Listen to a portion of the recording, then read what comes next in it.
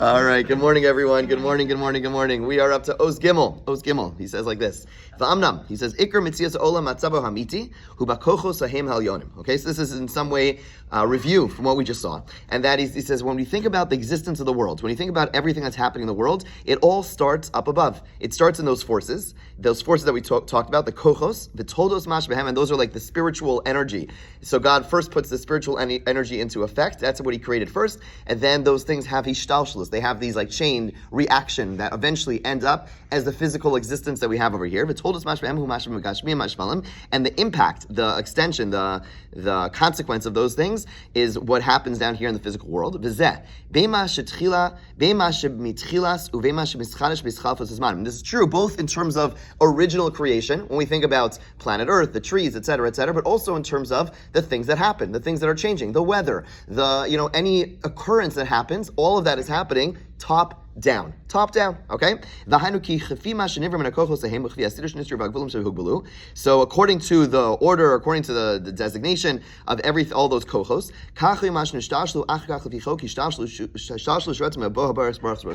and that is the way that the hishtalshlus, the extension, the consequence happens according to God's will. And whatever happens above, whatever is changed above, that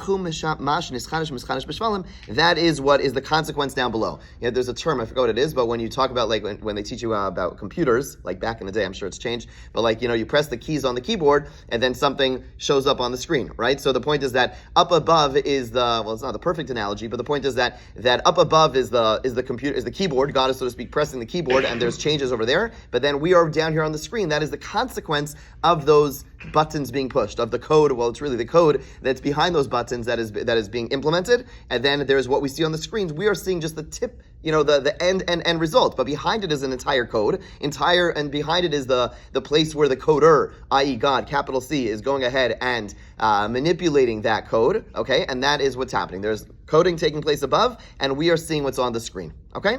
And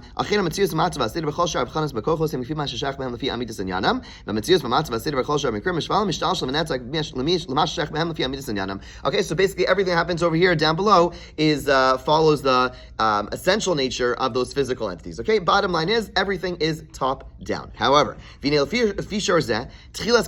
beginning of all of existence, everything physical, starts up above, and ends up down below. And so too anything new that happens, above and then down below. However, and this is the key line, there's one detail that is an exception to this rule, and that is what's relevant to free will. God decreed, God willed for us to have free will, to choose between what is good and what is bad. God made it that when it comes to us, when it comes to our free will, specifically in the realm of free will, and as we'll see, there may be other realms where things that are happening to us, but when it comes to free will, God collapses the system or removes the system.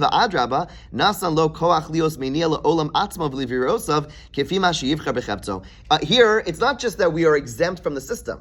Okay, in other words, what he's saying is something very, very powerful. So everything is happening top down. God is the puppet master, so to speak, moving everything around, okay? Through the kochos, through the malachim, and everything's going down below. We are the exception. So the exception doesn't just mean that we're not attached by those strings, that, okay, we don't have those strings, we do what we want. No, it's more than that. It's that when it comes to us humans, then it goes bottom up. That there are strings attached up above, and those strings are attached to everything in creation. When we act, and we act on our free will, we are not being maneuvered, we're not being manipulated. What we do actually changes everything above, right? That's what's happening, right? So it's not just that we are free from the manipulation from up above, but rather we are masters of our own free will, but we're also masters of the world in that respect, because what we do impacts everything else. The Reb Chaim Volozhin says that when we say, he says the symbol of this, what we are doing when we say, kadosh, kadosh, kadosh, right? We lift our feet up. Why do we lift our feet up? It's just as the angels have their feet together. Why do we lift our feet up? So Reb Chaim Volozhin says, Nefesh Chaim, he says what we're doing is actually, we are, as opposed to everything which is going down, down, down, because everything, the kochos, the malachim, he says, we remind ourselves, whenever we say Kedusha, that we as humans are able to, it's bottom up, that we are moving things up. we are moving things up. That's the idea of Kadosh, Kadosh, Kadosh. We're reminding ourselves how powerful, how impactful we are, that when we act, we're actually able to change creation. We're able to, and we use the words of the angels. Usually the angels are acting on us, but when it comes to us and the world, but remind ourselves that we actually have the power to change the angels, change the forces, to change the world around us, and that's the idea of us going up, saying that we remind ourselves, because of our free will, we have the ability to actually change the world, and we are pushing energy up. It's bottom up when it comes to human contribution. Okay.